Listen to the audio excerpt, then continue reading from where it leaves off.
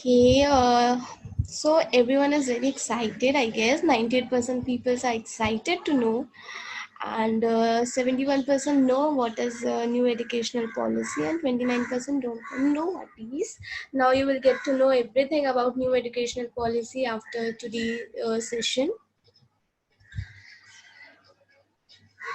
Good evening, everyone. I welcome you all in this webinar on new educational policy. I guess this is a very new change in education policy.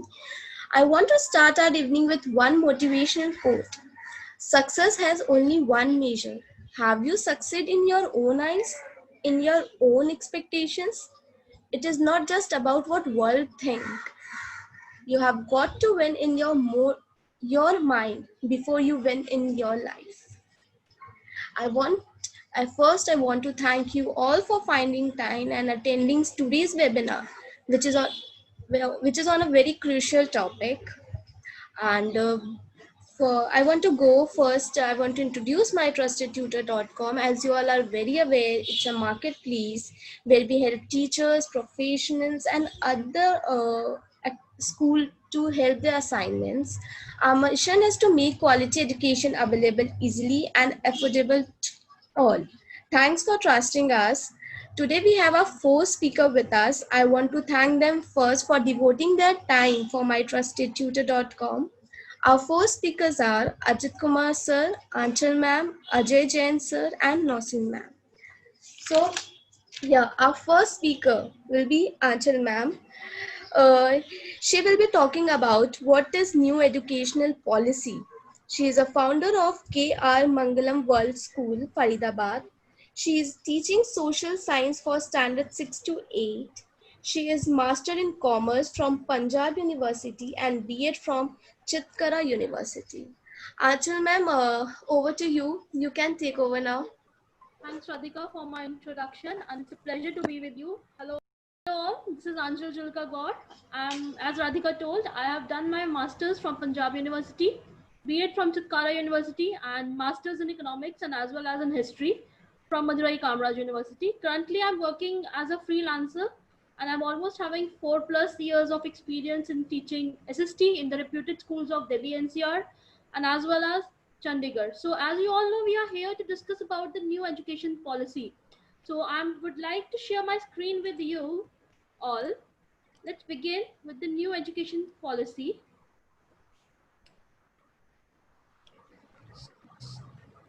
Is it visible to everyone? Yes, ma'am, it's visible. It's visible? Yeah. So the new education policy, when it began actually, when it all happened in India, when it all started, we hardly know about it, right? So it was the first need of this education was felt in 1964 when the Congress MP, Mr. Siddeshwar Prasad, criticized the government where we are lacking in the vision and philosophy for our education. In the same year, the 17-member commission sat together under the chairperson D.S. Kothari. This commission is known as the Kothari Commission.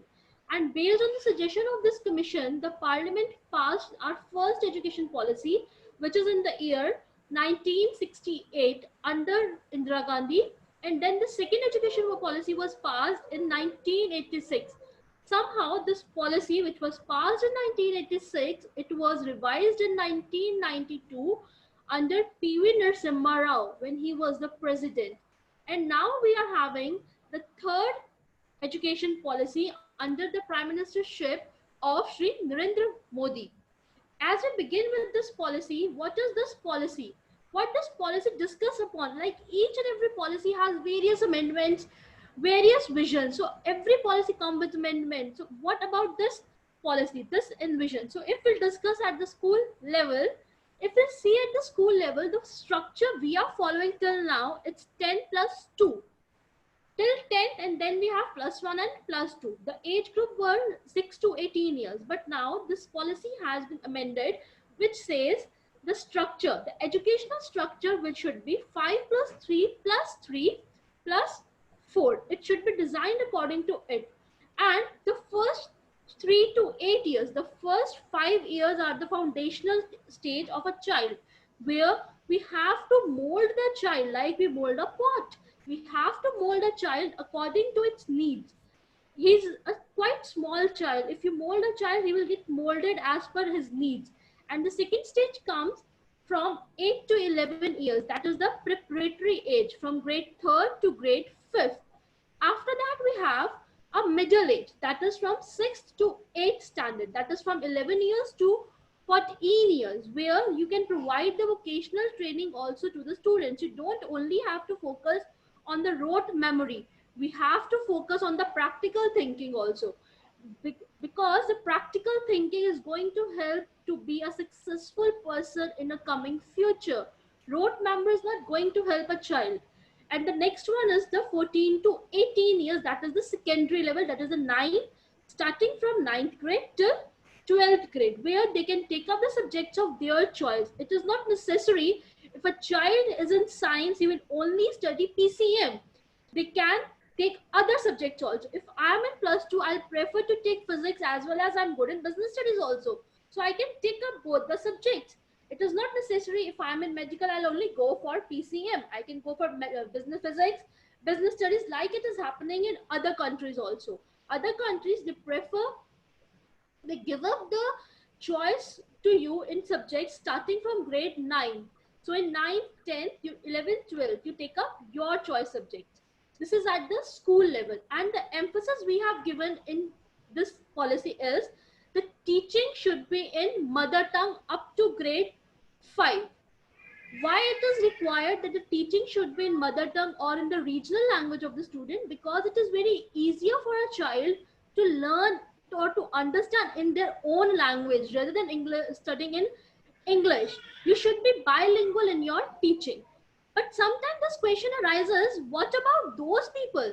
Those who are in a transferable job or those who are having multilingual parents?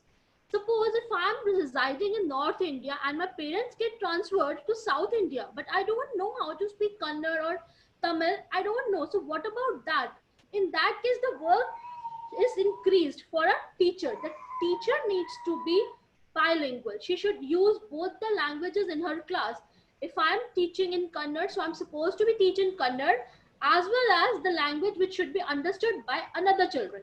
It can be English, it can be Hindi. The work of a teacher is increasing over here. She needs to be bilingual. If you are in a school in North India, it is preferred you should go for Hindi and as well as your regional language or some other language which is easily understood by the student. The point is, NAP, what about the NAP? This is we are talking about till school level, right? We are using bilingual languages. So what about the NAP at the higher level? So we have introduced the 4 multidisciplinary undergraduate program. It is a 4 years program. The 4-year program says that the student can exit after 1 year. In case there is some emergency in a student's home, he can't continue his education due to some personal reasons or he has to take up the family responsibility, he can exit the course after 1 year, but he will get a certificate for that. In case he exits his program after 2 years, he will get a diploma for that. But in case he will complete 3 years or 4 years of degree, he will get a degree. Earlier in our cases, it was like we have to dedicate our full 3 years to our education, to our postgraduate program or graduate program. We can't exit in between. But now, according to this policy, the government has given you an option to exit the program as per your requirement. The next is the discontinuation of an MPhil program.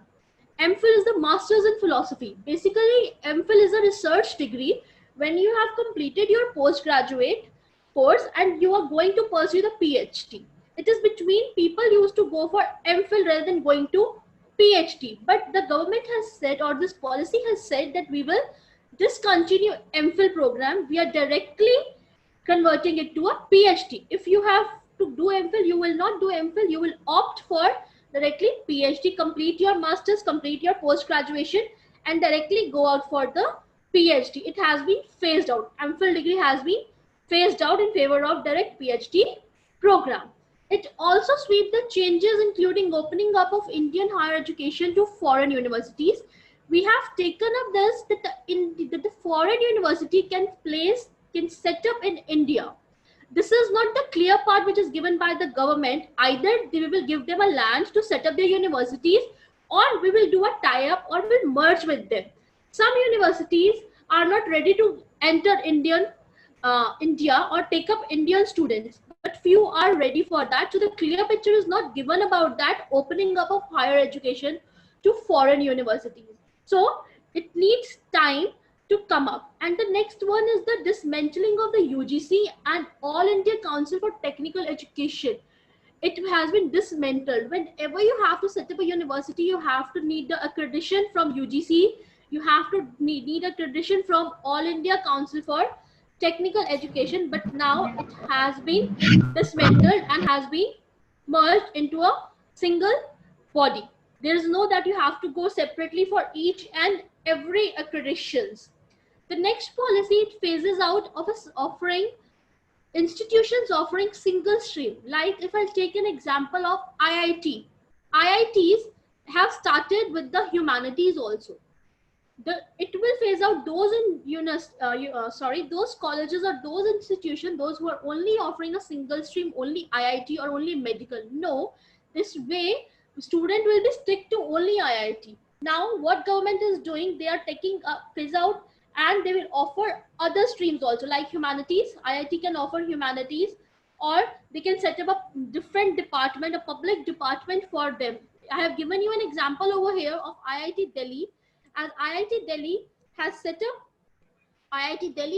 up a separate department, a separate humanity department, and as well as a public policy department for the students. If they are interested in that, they have to take up the subject, they can go for that. And next is the IIT Kharagpur. It has taken up the school for medical science and technology. Right, so it will not, we are not sticking to one particular stream. We are giving a wide option to our generation, to our coming generation, so that they can get more options, more vocational training. It will help them to be a better citizen, and we are opening up the job opportunities for them. We are not sticking that if you have done BCom, you'll have to be then you have to do MCom and you'll have to do BEd, or you have a limited sources with you. You don't have to, you can go for a wide options. If you have done BCom, or might be you are taking up the different subjects, you have taken up physics as well, you have taken accountancy also, but you are good in physics and you feel that you have to go for physics.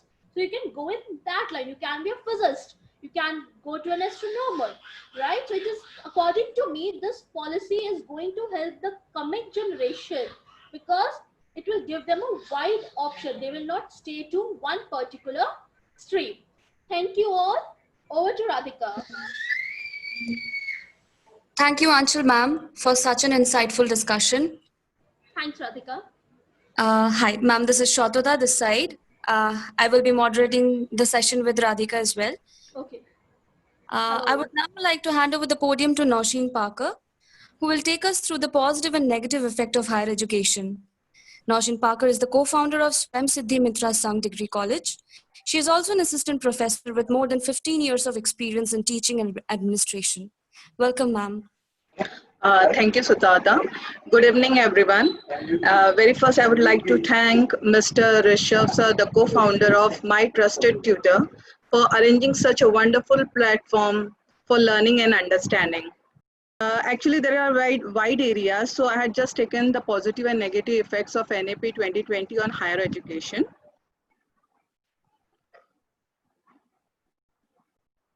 Okay, a brief profile of mine. At present, I'm working as an assistant professor at Swam Siddhi Degree College. I'm also a transformation coach and a teacher trainer. For more details, you can connect on me on my LinkedIn profile. Okay. Now, in this presentation, I had just highlighted the aim of NEP and the positive and negative effects on higher education. Okay, ma'am. See, every planning has certain aims, and so NEP 2020 is also designed by keeping those aims in mind. The very first, you can see that to develop good, thoughtful, well-rounded and creative individuals. Now, so individuals thinking must consider the needs of other people. So here it is given the thoughtful, They must consider the needs of the other people. Then even well-rounded means here the master of variety skills and use of original ideas to create something new. Then next is to raise gross enrollment ratio in higher education up to 50% by 2035. See, up till now, it is just 26.3%. So they had targeted that in the coming next 15 years, they should target for 50% more increase in the enrollment ratio. Then to enable an individual to study one or more specialized in areas of interest. Now he is not stick to only one, as like the earlier ma'am, she told, Alka ma'am, she told about this, that they are not stick only to one. They can even choose more than that. So they can specialize in other areas also in which they have interest. Then develop character, ethical and constitutional values. Along with this, they can develop the character, means it can go refer to the change of character undergoes during the course of the study. This study has designed in such a manner that the character or their thinking ability will be changing. And you can also see that there are some ethical and constitutional values, means what things are right, what are wrong. They will be focusing mostly what are ethical. And constitutional means what rights are very important for us, for every citizen of India. Then constructive public engagement. Now here they can develop effective strategies to understand and work with each other or with policy makers. They can have the effective communication also. Now the positive effects of NEP 2020 on higher education. First of all, there is ending the fragmentation of higher education. You can see that now at present our education is fragmented. It is divided. But with this transformation, you can find that there are varieties of new streams coming side by side.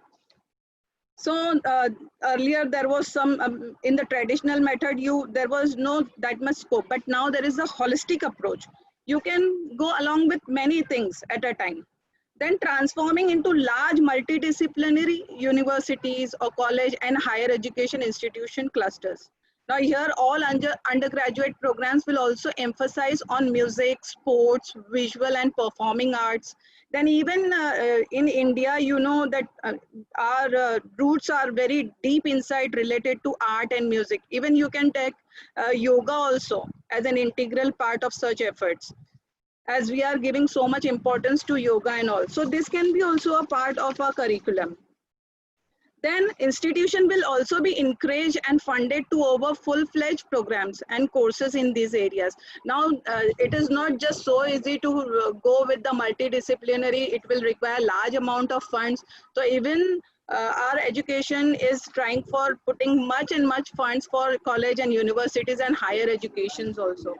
Now here higher education institution clusters, you can see that many colleges, they don't have that much infrastructure. So they can even make a group or make a form of few colleges, or you can say they can form a cluster so that the students can take the benefit of each other. Flexible curriculum. See, now earlier there was rigidity, but now there is a flexible curriculum. Even the students can opt for many things at a time.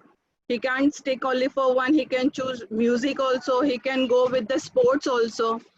So there are many things he can choose. Then there are multiple exit points. Multiple exit point like in a degree.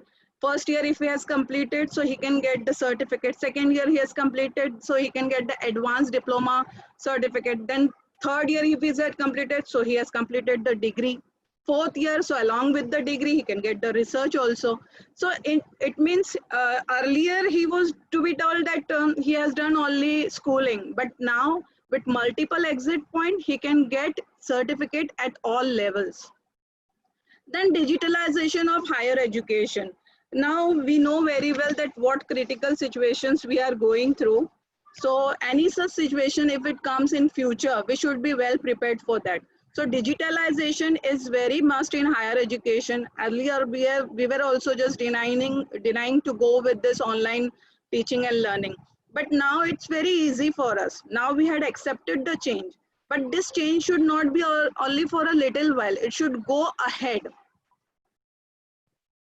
Then 100 world-class universities to set up their centers in India. Now here, if we allow other countries, that means those universities in which our students were going and taking the admission or doing their studies, we can stop those students from going and studying over there. They can have the setup over here, even they can enroll over here. But this can also give a tough competition for our Indian universities also.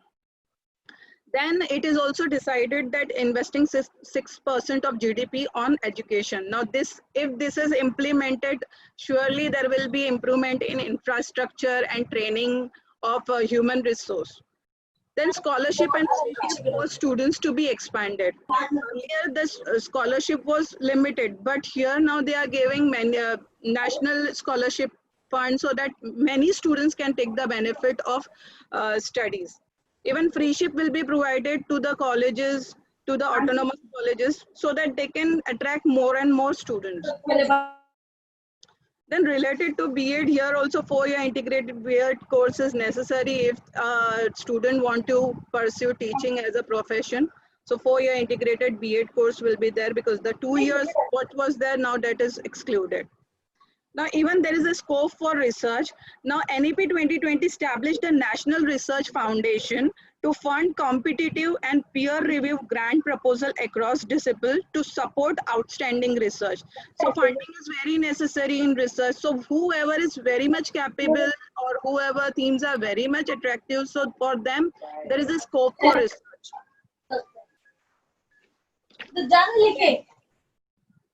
We'll go with the negative effects of NEP 2020 on higher education. First of all, we had seen that there was no democratic process of discussion. So due to which many teachers, committee and students committee and other stakeholders, they had taken the objection, and so many debates are going on. If they had considered the democratic process, then I don't think that so much issues, or now we are only discussing that what is right, what is wrong. But somewhere they could have followed this, and the COVID situation is also going on. So this is a little bit stress time. So no one was expecting such a hurry in this new education policy. Then universal human values were ignored. In the earlier national curriculum framework in the year 2005, at that time great emphasis were given on the universal human values. But now you will find that only Indian values and constitutional values, but universal human values are not at all taken into account. And there are still many questions related to what type of content and what type of values we are going to inculcate, because this will be from the baseline. Then lack of skilled teachers. Lack of skilled teachers. See, for such kind of curriculum or for such kind of planning, we need skilled teachers. Not only they should be now B.Ed, along with the B.Ed, they should have multiple other kind of skills like communication and digital and everything. They had to learn more and more. Why? Because the surviving in today's scenario is really very difficult. Then lack of infrastructure. For all the colleges, they need good infrastructure, and even the campus and all, everything, if we see that they should need at a large. So this is not possible at present, because all the colleges are not that developed, or you can say the education system is not that developed. So there is a lack of infrastructure. Then multiple exit point can increase the chances of dropouts. See, on the one hand, it is very good that at every state they can give certificates, diploma, certificate, degree. But in between, what happened? Many of the students, they thought, okay, now I'm getting at least certificate for my one, and if we don't like, so he will not further go also. If he getting only one certificate also, he think that my 1 year is not wasted. So he can develop that kind of mentality. Then lack of funds. Earlier, now the government, they had decided to put 6% of GDP in this investing. But if you see in the last few years, they were not at all funding, or the funding was very less as compared to this present. So the funding was at least means 2 to 3% at the max. So lack of funds is again here the question that from where they will have those funds. If they are collaborating with the private, then again the private, they will think about their own self, and they can maybe this education can go more expensive. So this also can have a negative impact on higher education. Then student may lose interest due to flexible curriculum. Now here students, though they are given choices that what will be if they don't find this interest, they can go in the another, or they can opt for 2 disciples or 3 disciples at a time. But what if they choose, and if they lose interest, if they don't like the subject, what about that? Flexibility is there, but when it comes to interest, everything is lost. So there can be again the question, or there can be again the chances of dropouts. Thank you so much for listening. Again, over here. At the end, I would like to say that if this new education policy is implemented properly, I'm sure that it will bring a better change. Thank you so much. Thank you, Nausheen ma'am, for making us understand about the positive and negative impacts of NEP. As you have told that NEP will end up the fragmentation, and it's a positive impact. And many university can set up their centers in India. Free shift will be provided. All these are the positive. Although it has positive impact, though we have negative, that multiple exit point can increase the chances of drops out. Yes, of course, it will impact us. It will impact the students, and lack of funds are the most important negative impact. So our third speaker is Ajit sir. Ajit sir, he will be speaking on impact in higher educations and way forward. He is a doctoral fellow, MBA and BTech with 11 years of experience in business operations and engineering innovations. Over to you, Ajit sir. Thank you. Good evening, everyone. Oh, so it's not yet good evening, it's good afternoon, everyone. And first of all, I'd like to thank all the organizing committee members. And very well, the theme got started, that what is this new education policy, what is the history of this, and what is the positive, negative points. Now, I would like to focus a little bit more about on its possible impacts. So every education policy or every policy is made with some strategic directions, that where it should target and what should be the positive outcomes from this. But sometimes it happens that we expect certain things to happen, but it does not happen the way we want. And there could be many reasons that we like to bring a change for the good things. But sometimes it happens that there is some counter forces acting upon it. So change is not always welcome by everyone. So change is good for those who are actually ready for this. But there are people, who still want to resist these changes. We have seen everywhere, okay? So we have seen this, that, recently this pandemic brought us to a different mode of delivering lectures. But parents, students, they were not very happy with this, of this online learning and teaching process.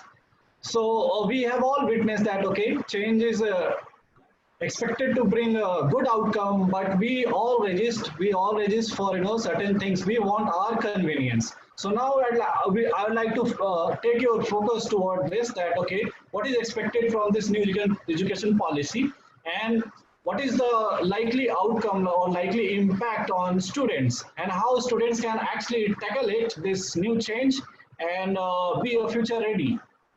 So my agenda is that, first two are already covered. So I would like to focus on the third point, that is the impact on education, parents, teachers, everyone. My profile is already shared with you guys. So I would not like to focus more on this. You can have my contact email ID and other profiles on LinkedIn and Facebook. Now, let's talk about a little bit on what is actually expected from any education policy. Basically, these are the skills. So what are the skills which are actually needed to make students, future ready or, job ready somewhere down the line for next 5 years, 10 years, 15 years time.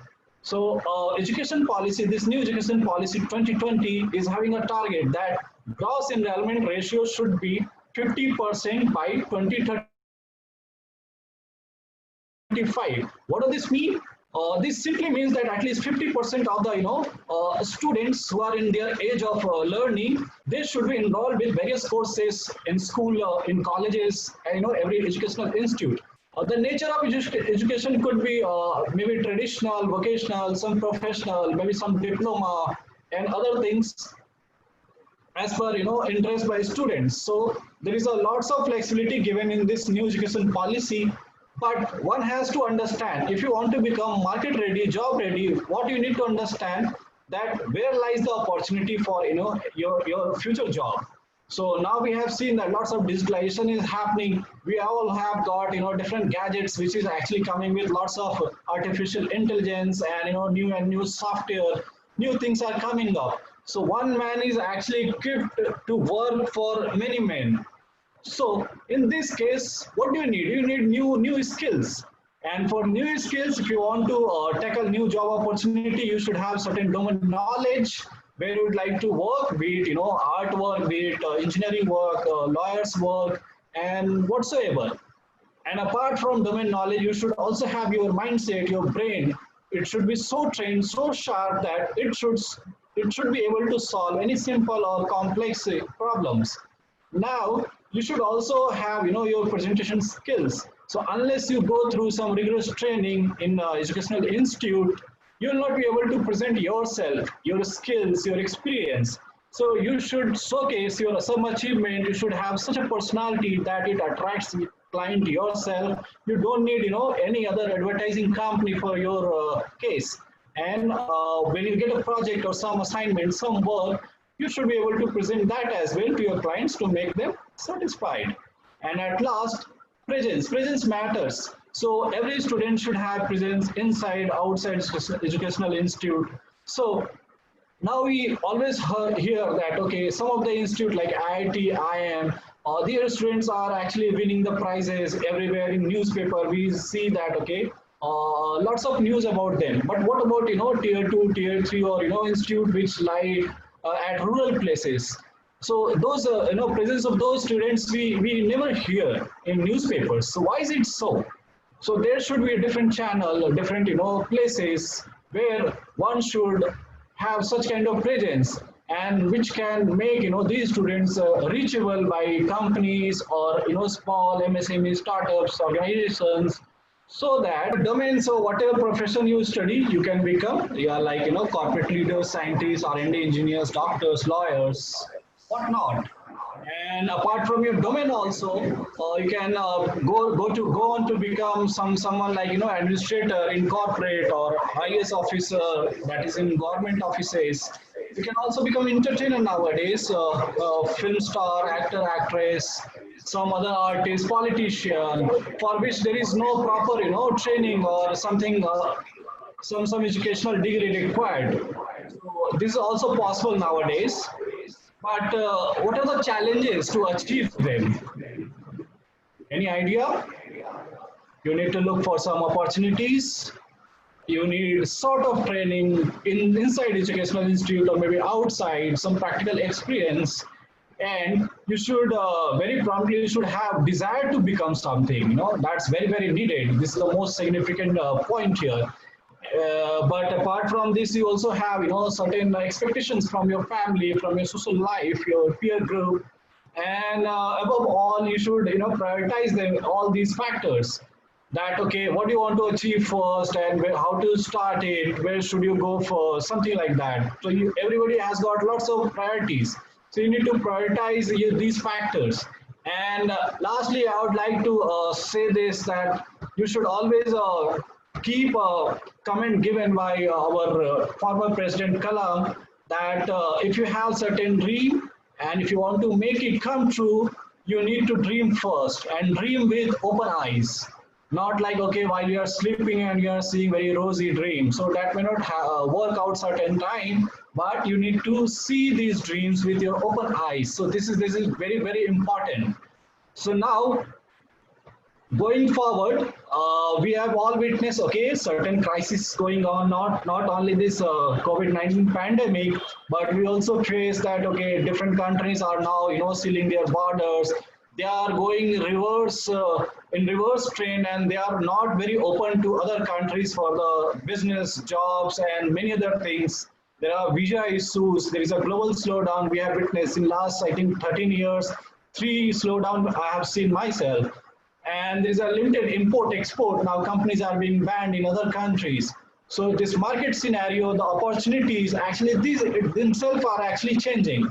If I talk about India, there is a slogan given that, okay, we should become Atmanirbhar Bharat. That means self-reliant India. We should vouch for our, local product, local companies.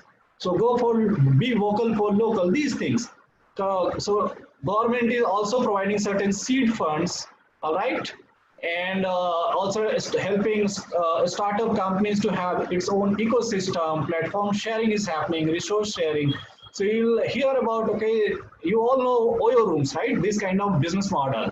So same business model is being used for open offices, sharing resources, and many things. Many Indian brands are also emerging. So this is the overall Indian scenario in local market, as well as, okay, global scenario. So if you see this balance, what's happening at global level, we are seeing decrease in the opportunities, but at local level, we are seeing increase in the opportunities.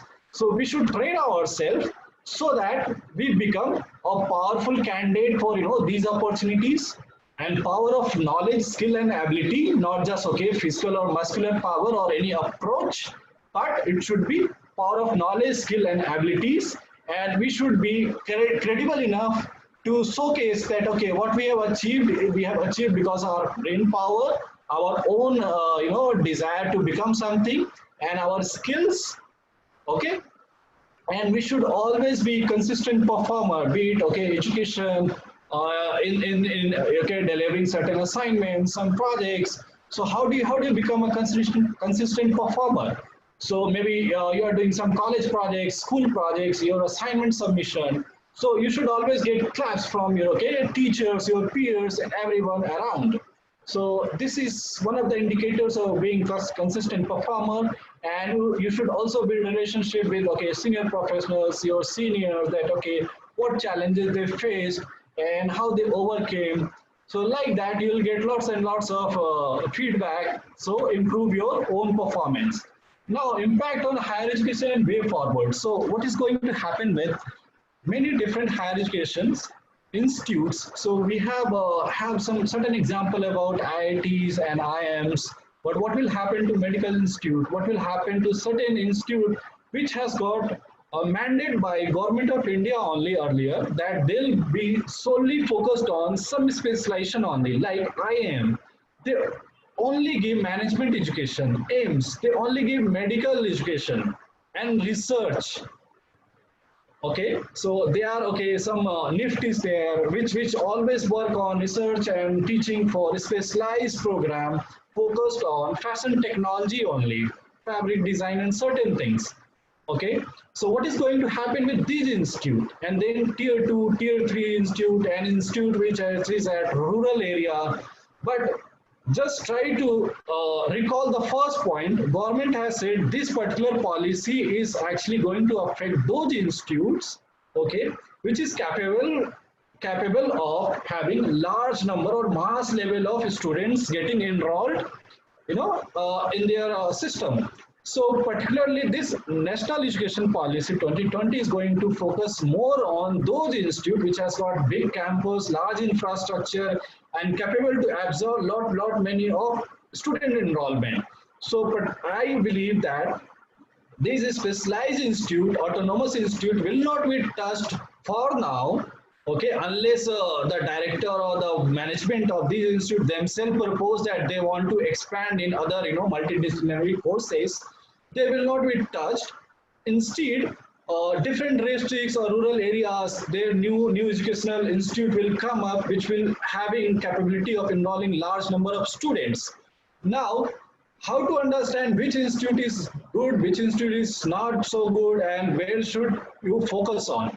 So these institutes will be categorized under three categories. First is research-oriented institutes, which will be very much specialized, like AIMS, IIMs, IITs, NIFT. This kind of institute which focus on very high level of specialized courses, and too much focus on research output, not the number of student passing out every year. Then there will be another set of institute where focus will be on teaching and enrolling more and more number of students, and there could be a set of institutes which will be actually hybrid in nature, little bit of research and little bit of teaching.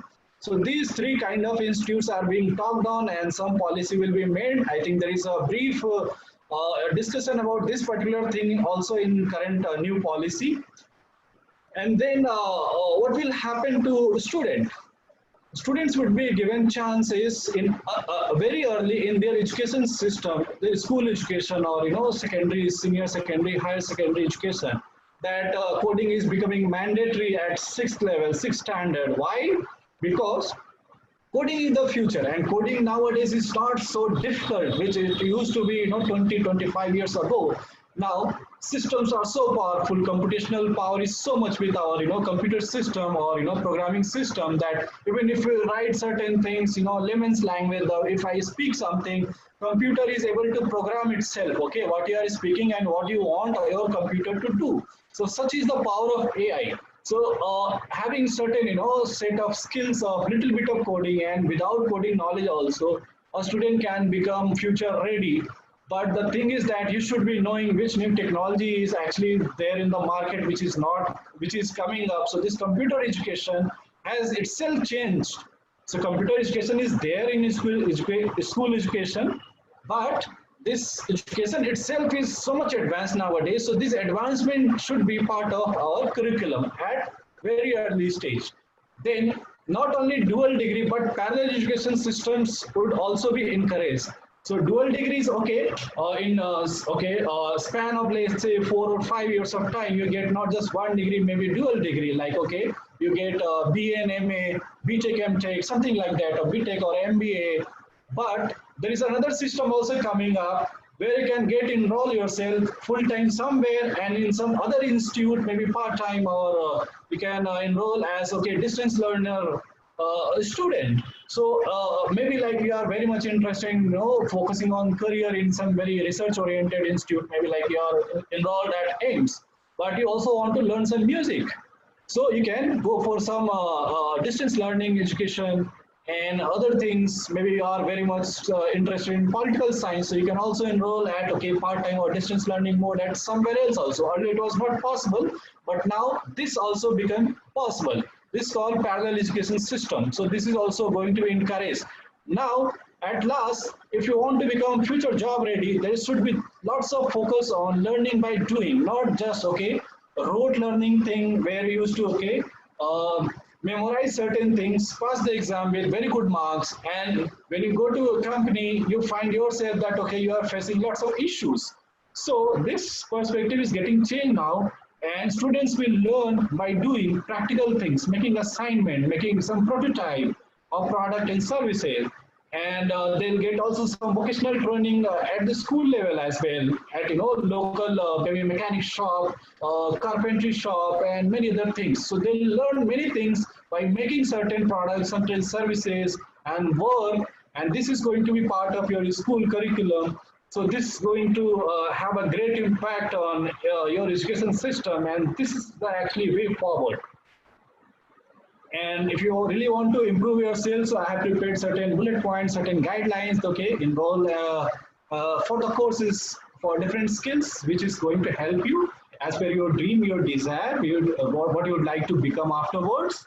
And go for some self-study training program, learn by professionals, learn on the job, right from the school, and keep updating yourself, because every 3 year, 5 year, everything is getting changed. The way we used to work now, that is becoming redundant, not so necessary. And how do you improve your capabilities? You integrate certain resources at your hand, make it, present, make it certain things and present in unique ways, build some systems, reconfigure. So I've given some examples, which is especially for engineering students, but for other also, if you see that you can have a parallel example, like if you want to pursue a degree in fashion design, you can make certain things, right? Certain systems, some design, and keep it ready. Contact your local shopping center. So some of the shops will be happy to share some space, and there you can showcase at some boutique or some local shopping centers. And this how you can, make yourself confident enough for any future ready. All right. Thank you, Ajit, to the possible impacts of new education policy. With this, we now would like to welcome Mr. Ajay Jain on the podium. He is an engineer with 2 decades of industry experience, and he is also the founder of world's first international Olympiad of value system, health and wellness, with the vision of equip students with skills to excel in 21st century. Welcome, sir. Thank you very much. Yeah, so thank you everyone. Thank you all the speakers for such an insightful discussions. And this is actually a challenge when you speak last, because most of the things have already been spoken about. So I think it was a great discussion, and we all agree that NEP is a big change. And then what has not changed? The way we indulge in entertainment, the way we you can say buy things, the way we make payments, and the way we communicate. Now we are communicating across geographies, and it was not possible 20 years back. It was not possible at all. So it is 3 decades of I think constant being there in the field of education, and now that change has come, and it is important. There are certain aspects which we all think that can be changed and can be improved, but it is always there with everything. Whether you see the latest model of BMW coming now, 10 years down the line, it will look like, oh, it was like something which was not that good, but for today it is good enough. So I think it is a good visionary document, and the need is there to implement it effectively so that it can impact all the students, everyone who needs education. So I'll speak a bit about my favorite topic. I mean, Ajit sir was telling about how the students can be prepared for future.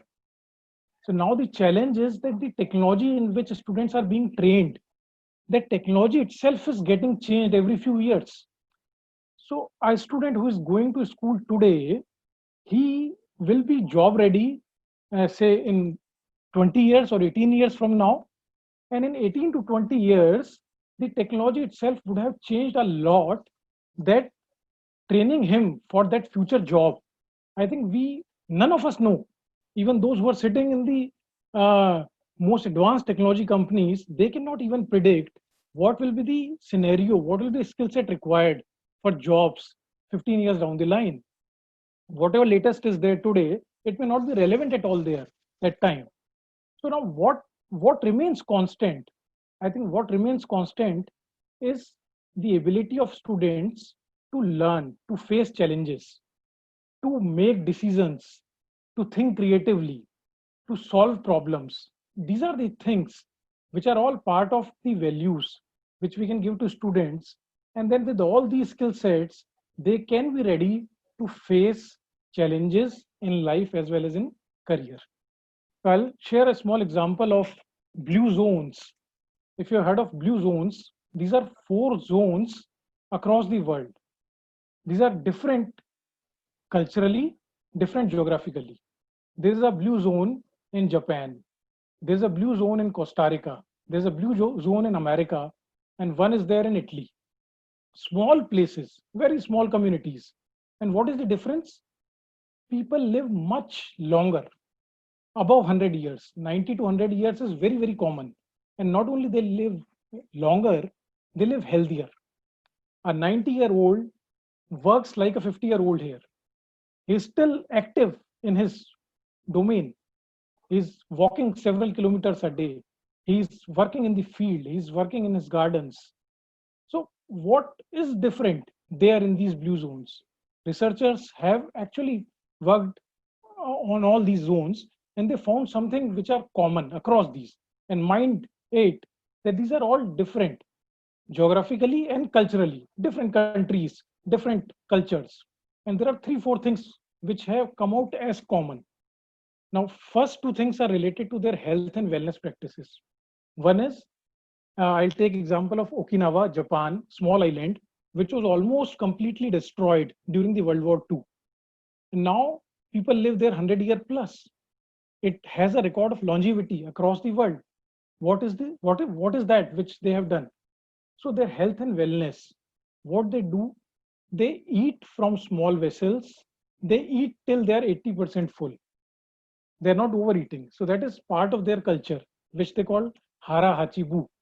Then for wellness, they're always indulging in Tai Chi, which is a type of yoga they do. They do some kind of moderate exercises every day, which is also a part of their daily life. So with this health and wellness, I think they're getting to live, which is a part of the success. Now the other part is their value system. Their family structure is very strong. They bond, they take care of each other. Their social structure is also very, very nicely gelled. So they meet people regularly, they talk, and they have a very good social culture. They take care of the environment. So these are all the things which is there not only in Okinawa, Japan, but also in rest of the 3 blue zones. So now with this, how we relate this with the NEP 2020? We are discussing NEP 2020 here. So if you have seen, apart from all these structural changes, the opportunity for higher education, the investment, the infrastructure, the technology, the NEP is talking about artificial intelligence and virtual reality, which is a great opportunity for students to learn with these things. But also NEP is talking about health and wellness as a skill, which every student should learn. It's mandatory. So like there are classes for your mathematics, science, or computer skills, when the curriculum framework comes, I'm sure the health and wellness classes will be there, so that students know how to have your daily life to be fit, to relax in times of stress, like today's times, very stressful, COVID. None of us has seen these kind of things before in even more than 100 years. So it has created a lot of stress. You see prominent actors, very unfortunate events, a lot of dispute is there, but he was a very successful actor and he was a very successful engineer, but the end was very unfortunate. So what we can do to prepare students so that they are able to handle the stress, they're able to handle the anger, they're able to manage the failures. Like Ajit sir was talking about Mr. Kalam's quote, and one of his favorite quote is that fail is your first attempt in learning. So fail is not that you have failed and things have ended. It does not end till the time you accept it. So fail is that now you learn from this experience and then you try again. There's nothing which cannot be achieved if you keep on trying. So these are the skills which we are trying to inculcate in students, and we have a vision to create a blue zone in every student so that he is prepared to handle future with value system, with health and with wellness skills, and they're ready to be successful in the 21st century. So I think we are running short of time. So that's it, and wish you all a good health, wellness, and progress for life. Thank you very much. Thanks, Ajit sir. Very well explained about the blue zones. And the one that you said, I really liked it. Fail is that you learn from experience and we should try. We should never give up. Yeah. And you explained that health and NEP will explain about the health and wellness also, and health and wellness training will be there in classes, how to relax. Yes. It's very well explained, sir. Thanks a lot.